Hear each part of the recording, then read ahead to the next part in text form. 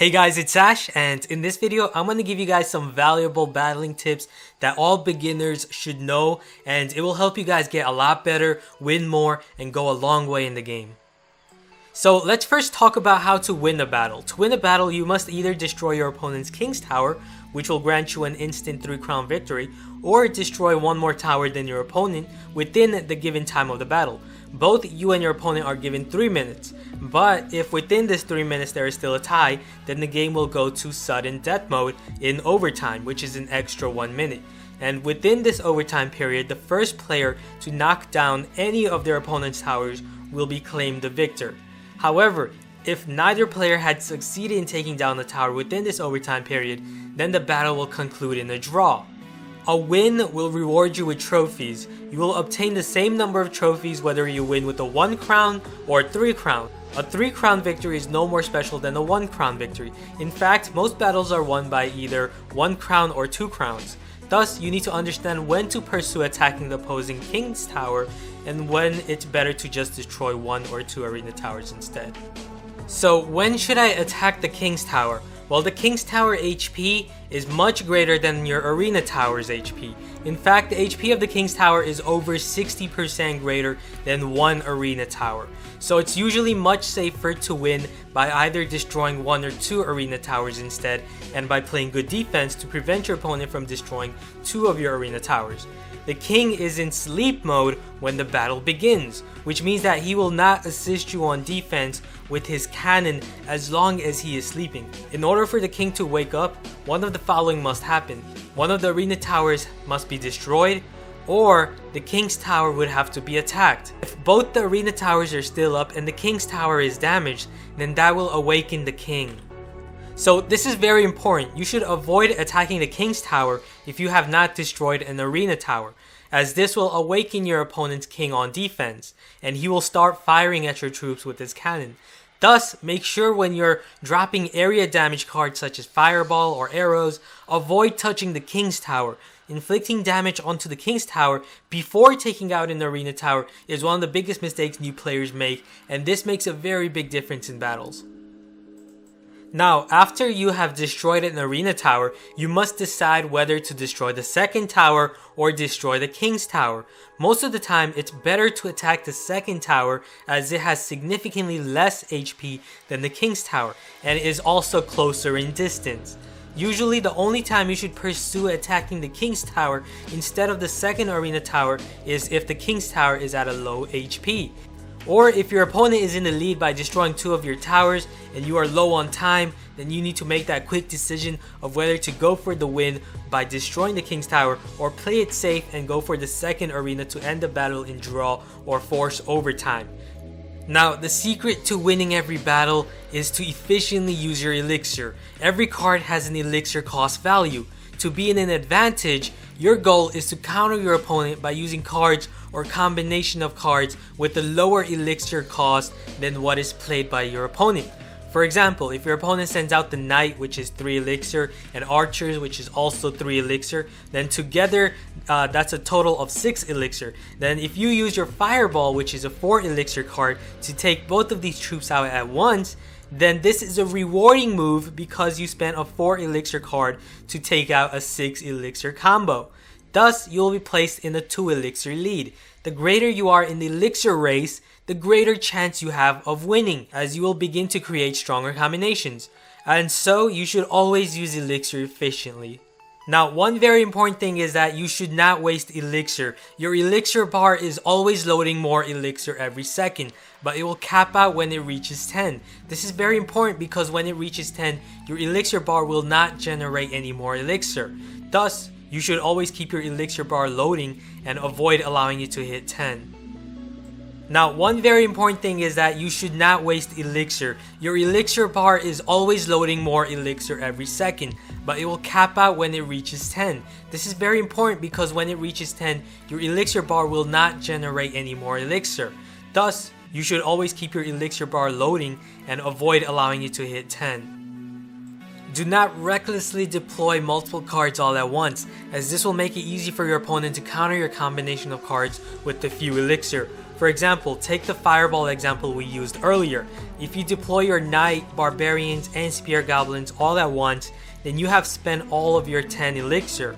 However, your opponent can simply deploy a single fireball, which is only 4 elixir, and all your troops will quickly vanish, which will place you in a 6 elixir deficit and also render you helpless against any attack your opponent can form with his 6 elixir lead. Thus, it is very important to start slow, make good trade-offs with elixir, and counter with a good elixir lead. Sometimes it's a better idea to allow your opponent to deal a small amount of damage to your towers and in return take the elixir lead. For example, say your bar is at 5 elixir and your opponent sends out spear goblins onto one of your towers and you only have the barbarian or arrow card to counter. However, in this case, it is better to not use either card to counter the spear goblins. Why? Because the arrows cost 3 elixir. Using a 3 elixir card to solely destroy a 2 elixir card like the spear goblin is a poor trade-off. The barbarians cost 5 elixir and your bar is at 5. If you use the barbarians card, then you will run out of elixir, which means you're allowing your opponent to then create a stronger combo to both counter and target your tower. Your arena towers are protected by archers sitting atop them, which means that they will attack and destroy the weak spear goblins with a few hits while the spear goblins deal damage onto your tower. Even though your tower took some damage, it is still a great trade-off because in return you have taken a 2 elixir lead. This gives you the opportunity to form a stronger combination of cards than your opponent to deal even heavier damage.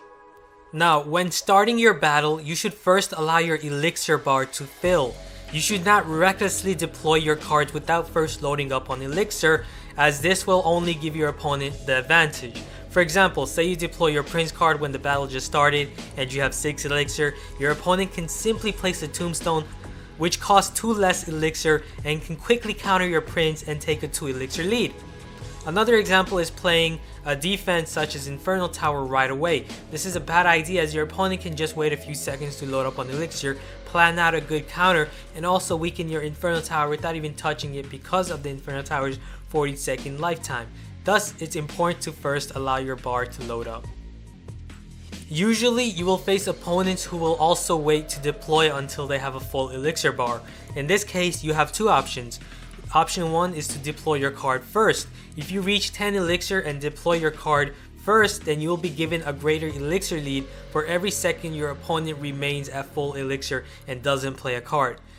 Option 2 is to deploy your card after your opponent has, and if you reach 10 elixir and decide to wait and deploy your card right after your opponent to play a better counter, then that will give your opponent an extra 1 elixir lead. Usually, it's best to deploy your first card at the moment or right before you have a full elixir bar. You should start slow. I have stated this many times that you should start your battle with a slow tempo, and this is a key fundamental to winning. When starting your battle, it is often a good idea to start with a low elixir cost card. For example, say you have the prince and the archer card in your hand. Do you start with the archers or the prince? Well, it's often better to start with the archers due to their significantly less elixir cost. 3 elixir compared to the prince's 5 elixir. Why is this important? This is very important as starting with a high elixir costing card is often dangerous. If your opponent simply places a tombstone card, which is 3 elixir cost, then you are quickly losing the elixir race by 2. While playing a low elixir card such as the archer comes with less risk and will also allow you to scout your opponent's first move without having to waste too much elixir. If your opponent decides to send out his giant and musketeer at the same time, then you are prepared to make a good counter with the 7 remaining elixir. While if you have deployed your prince, then the giant plus musketeer combination will quickly take out your prince. A good idea for loading up on elixir to create a stronger combination of cards is to deploy your troop card at the very end of the battlefield behind your towers. As your troop takes a long time to travel to the other side, it will allow you to load up on greater elixir. Thus, if you wish to create a deadly combination such as the giant with the musketeer and witch, then this requires 14 elixir to do so. To accomplish this, you can place your giant at the far end behind your towers, and by the time he travels to the crossing bridge, you will have an additional 9 elixir to complete your combination. Now, which arena tower should I attack first? Well, when starting your battle, you may choose to attack either of your opponent's arena towers first. However, if your opponent chooses to attack first, then you should prepare a counter to his threat to protect your tower rather than ignore the threat and attack the other tower. For example, if your opponent sends out archers against your left arena tower, ignoring the archers and going for the right arena tower with your prince card is a bad idea because the archers will deal significant damage to your left arena tower, while there is no guarantee that your prince will make it to the arena tower, as your opponent can simply place a tombstone or skeleton army to stomp your prince. And so ignoring the threat and making a reckless play like that can cost you the battle right from turn 1. You should focus on destroying one arena at a time. A big mistake I see new players make often is that they keep switching towers. You should focus on destroying the tower with the lowest HP first, and then move on to attacking the second tower while also playing defense if you're in the lead to let the clock run out. Now, if you're losing from the start, then you can still win. You should try to shift the momentum of the battle towards the direction of your healthiest arena tower. For example, say that your left arena tower has 1000 HP and your right arena tower has 2000, and both your opponent's arena towers are at full health. In this scenario, your opponent will try to constantly target your left arena tower since it is obviously weakened. However, it is still very possible for you to win even if you're trailing. What you should do to make a comeback is to try to force your opponent to attack your right arena tower rather than your weakened left arena tower. In order to do this, you should load up on Elixir, play a little defense on your left arena tower. Remember, arena towers have archers atop them to assist you on defense, so take advantage of that, and then make the first move in attacking your opponent's right arena tower with a good combo, such as a giant with musketeer behind. This will make it difficult for your opponent to ignore the big threat and will have him shift his offense to protect his arena tower. With his offense shifted towards the right side, you can now focus on repeatedly placing pressure towards this side, preventing your opponent from spending Elixir to target your left side. This strategy will allow you to even the playing field while going for a 1 crown victory. The most powerful attacks are attacks that are played in combinations. For example, a card such as the Giant is not much of a threat alone as he is a very slow troop. However, when combined with the ranged attackers such as the Archer or Musketeer card, it becomes a much bigger task to stop this threat. A Giant alone can be taken down by a 3 Elixir minion card quite easily, but with the assistance of archers behind him, the minions will not be able to take down the Giant as he makes his way towards your opponent's tower. Thus, you should constantly try to load up on Elixir and also win Elixir trade-offs and attack in combinations. So, hope you guys learned a lot and liked this video. If you did, be sure to give this video a thumbs up and also subscribe if you haven't. I'm going to have a lot more of these Clash Royale guides.